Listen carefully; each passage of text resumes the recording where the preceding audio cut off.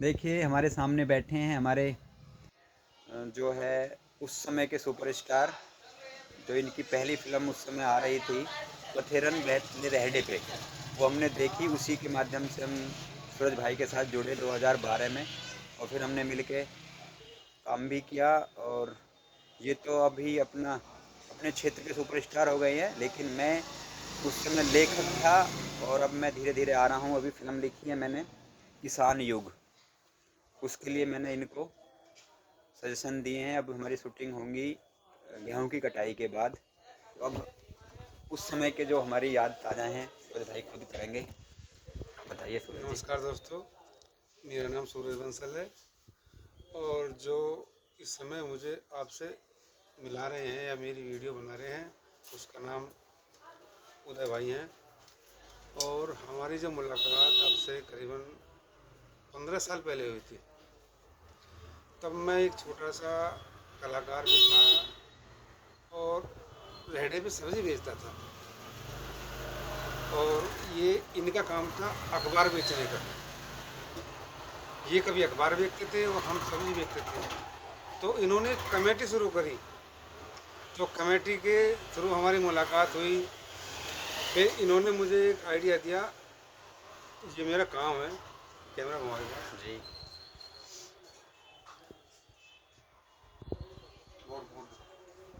सूरज art Chiraudi, बेहतरीन।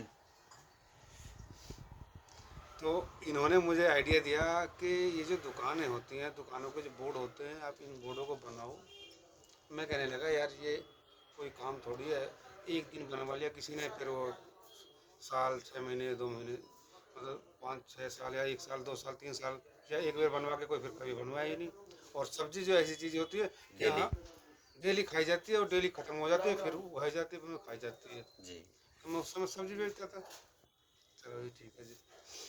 लेकिन किसी कस्टमर ने मुझे कहा कि हमारे फ्लेक्स बना के लाओ, तो मैंने फ्लेक्स बनाए। तो धीरे धीरे मैं इस काम में बढ़ गया और मैंने सब्जी छोड़ के मैं इस काम में तब्दील हो गया। तो उदय भाई फिर यहाँ से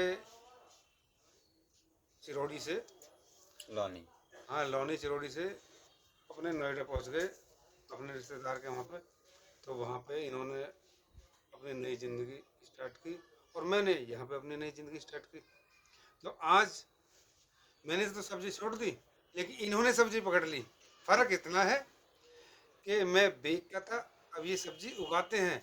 और वो भी ये लोकल सब्जी नहीं, ऑर्गेनिक, और जैविक। ऑर्गेनिक, जैविक और स्पेशल खाद वाली। ये जो नकली खाद होता है ना, वो नहीं, ये असली जो खाद होता है, गोबर का बना हुआ मल्टीप्लायर हमारा एक। मल्टीप्लायर जो बनाया जाता है, वो उस खाद को यूज़ करते हैं, जो शरीर के लिए, सेहत के लिए बहुत फायदेमंद होती है।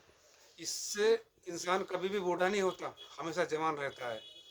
और 50 साल 60 साल 70 साल की उम्र में भी जब खाने को खाता है ना, असली खाने को, तो अपने आप को स्ट्रांग, मजबूत महसूस करता है। बीमारियां भी बहुत दूर रहती हैं। और बीमारियां बीमारियां तो इस खाने से कोसों दूर रहती है। और यदि हम वो लोकल खाना खाएंगे खादों का, केमिकल का, तो उससे तो बीमारियां बढ़ती रहती हैं। आपको मालूम भी है कि छोटी सी उम्र में क्या क्या बीमारी लग जाती हैं। तो दोस्तों, यदि इंसान मेहनत करे तो जाने कहाँ कहाँ पहुँच जाए। और यदि सोचा रहे कि मुझे कुछ मेहनत करनी ही नहीं है, मुझे तो सब भगवान देगा खाने के लिए या करने के लिए, इंसान करेगा तो खाएगा, नहीं तो गट्ठा लखाएगा। बैठा लखाएगा। भगवान तो इंसान को उतना ही दे सकता है जितना सबको देता है। और वो देता कहाँ पे? मंदिर या मस्जिद के आगे कटोरा लेके कटोरा बैठ जाओ लेके। तो दे सकता है। और नहीं तो मेहनत करके खाओगे तो आप अच्छा ही फल पाओगे। और नहीं तो फल मांगने भी जाओगे तो आपको एक ही मिलेगा, भगवान का दिया हुआ। जी। और कमा के लाओगे तो आप 1 किलो भी ला सकते हो, 10 किलो भी ला सकते हो, प्लस और लोगों को भी खिला सकते हो।